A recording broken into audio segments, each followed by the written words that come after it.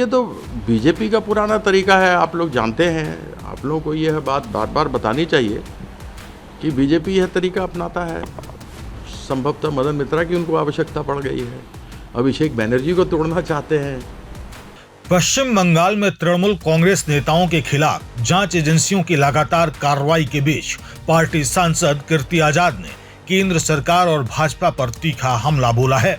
अभिषेक बनर्जी के घर तलाशी और मदन मित्रा के ठिकानों पर ईडी की छापेमारी को लेकर प्रतिक्रिया देते हुए कीर्ति आजाद ने आरोप लगाया कि विपक्षी दलों को निशाना बनाना भाजपा की पुरानी राजनीतिक रणनीति बन चुकी है।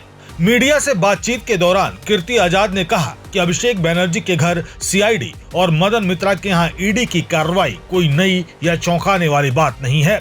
उनके मुताबिक पिछले कई सालों से जांच एजेंसियों का इस्तेमाल राजनीतिक विरोधियों पर दबाव बनाने के लिए किया जा रहा है। उन्होंने दावा किया कि अब तक ऐसी कई बड़ी जांचों के बावजूद दोष सिद्धि की दर बेहद कम रही है। तृणमूल सांसद ने आरोप लगाया कि भाजपा सरकार शासन और जनहित के मुद्दों पर ध्यान देने के बजाय राजनीतिक विरोधियों को घेरने में अधिक रुचि रखती है। उन्होंने कहा कि देश में महंगाई, बेरोजगारी और बढ़ती तेल की कीमतों जैसे मुद्दे आम लोगों के लिए बड़ी चिंता का विषय हैं, लेकिन इन विषयों पर चर्चा कम और राजनीतिक जांचों पर ज्यादा फोकस किया जा रहा है। ये ब्रेकिंग न्यूज़ है क्या कि सीआईडी अभिषेक बनर्जी के यहाँ पहुंची है, मदन मित्रा के यहाँ ईडी चल रही है?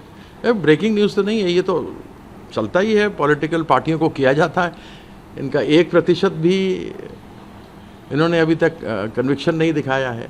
तो ये तो बीजेपी का पुराना तरीका है, आप लोग जानते हैं। आप लोगों को यह बात बार बार बतानी चाहिए कि बीजेपी यह तरीका अपनाता है। संभवतः मदन मित्रा की उनको आवश्यकता पड़ गई है, अभिषेक बनर्जी को तोड़ना चाहते हैं। तो इसके आगे क्या कहा जा सकता है? इनकी मानसिकता दिखती है, इनको सरकार चलाने से मतलब नहीं है, यही सब चीज़ें करते रहेंगे, यही सब न्यूज़ में चलता रहेगा।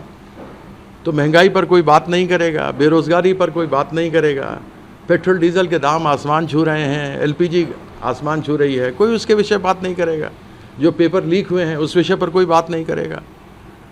1 लाख प्राइमरी स्कूल बंद हो गए हैं। 2027 का लक्ष्य माननीय प्रधानमंत्री विश्वगुरु नॉन बायोलॉजिकल ने कहा है, यही बच्चे बड़े होकर 25 साल 30 साल के होंगे। अब सब कोई थोड़ा ना बीजेपी के नेताओं की तरह पैसे वाले हैं जो विदेशों में भेज देंगे। जो मंत्री हैं उनके बच्चे विदेशों में पढ़े हैं या पढ़कर आ चुके हैं। तो गरीब जनता है, कौन पूछता है? वो नीट के माध्यम से, क्यूट के माध्यम से, सीबीएसई के माध्यम से पढ़ते हैं, आगे बढ़ते हैं, नौकरियां प्राप्त करने का प्रयास करते हैं। जो नौकरियां हैं नहीं, तो देश की जो परिस्थिति है वो तो सब जानते हैं। सर शुभेंदु